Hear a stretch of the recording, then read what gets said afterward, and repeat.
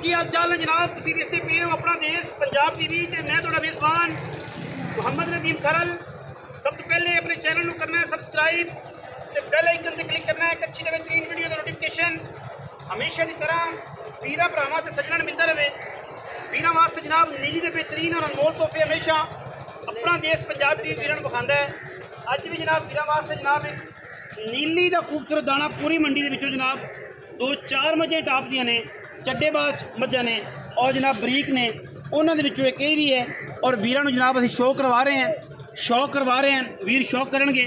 पूरी मरले मरले की बेहतरीन वंड और जनाब मशक वाला खूबसूरत हवाना पंडां दे हवाने मैं दे कोल, मैं पूरी बरीक और मैं क्या बात है।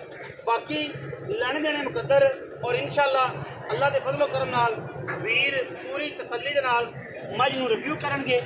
मझ नूं हड्डी एक डाका खुड्डा पुट्ठा वीरां दे सामने, अख बिल्ली मण दी, मत्थे ते हल्की जी फुल्ली और सिर कतरी कतरी, गिट गिट पशम पूरी मैं दे उत्ते पिछे मैं दे कट्टा। अज मैं पूरी नूं तकरीबन 7 दिन हो गए, 6 दिन हो गए या 8 दिन हो गए। ये सारियां गल्लां जिहड़ियां ने इंशाअल्लाह वीरां ने तसल्ली नाल वेखणियां ने, असीं विखाउणियां ने और वीर पूरी तसल्ली दे नाल जानवर की आर्डर क्वालिटी चैक करनगे माशाअल्लाह। बाकी मैं दे कोल जिहड़ा आर्डर है वो 4 तो 5 भजे बाहर निकलिया होया है। मरले मरले की बेहतरीन वंड है और तसल्ली बख्श जानवर है। सार मैं दी बिल्कुल छोटी बरीक पुट्ठा साफ, एक हड्डी पुट्ठा और बिल्कुल मैं पिछों मझ है कट्टी वर्गी है। बाकी मुल मालकां दी मर्जी है, वो जो भी करते हैं जिन्ना भी करते हैं तुसीं अपनी समझ ना लैनी है। मशकां ना बिल्कुल खूबसूरत और जनाब आला क्वालिटी है। जनाब मैं दे कोल हवाना है, चेक कर लेना है। सार तो धुन्नी तक लोग गल करते हैं लेकिन तुसीं बिल्कुल मिल लेना है, गल्लां बातां वाला नहीं है। माशाअल्लाह तकरीबन यह लेंथ है हवाने की और धुन्नी तो सार वाला काम है। मैं कद खूबसूरत पिछे मैं दे कट्टा इंतहाई दुधेल मझ है और बड़े जोड़ों के चंगा दुध देने वाली है। बाकी गल्लां सारियां मालक ने करने वो दसेगा कि जनाब केड़ी गल है तो केड़ी बात है। बाकी चौधरी अदील नाल सारियां गल्लां करने हैं। ये बिल्ला गुजर जी साडा अजकल मार्केट च आंदा नवा और शौक कर रहा मैं चनिया का। हाँ भाई चौधरी अदील की हाल चाल? अल्लाह का करम डॉक्टर, सेहत तबीयत ठीक है? अल्लाह का करम डॉक्टर, खैर मेरे माशाल्लाह ठीक ठाक है। चौधरी किनवे सूबे मझ ते? दूजन जी। दूजन कदों सूई हुई है? 8 तो 9 दिन हो गए। 8 तो 9 दिन हो गए। दारा पक्कियां किनियां ने तसल्ली वाली? मैं ना निचोड़ दुध 18 लीटर आप चवा के देवांगे। 18? हाँ 3 दिन तसल्लियां की। 16 पूरा?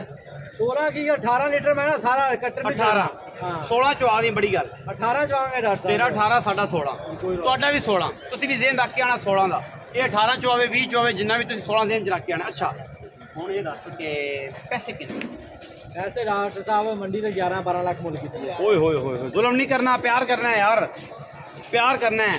जेडे हालात चल रहे हैं तो जंग सिर ते है, जेडे पैसे इकट्ठे होंदे ने वो कर लईए, बाद अंदर वड़ना है तो फिर उत्ते बह के लंगर लुंगर खाना होंदा है तो पैसे खुले होने चाहिए।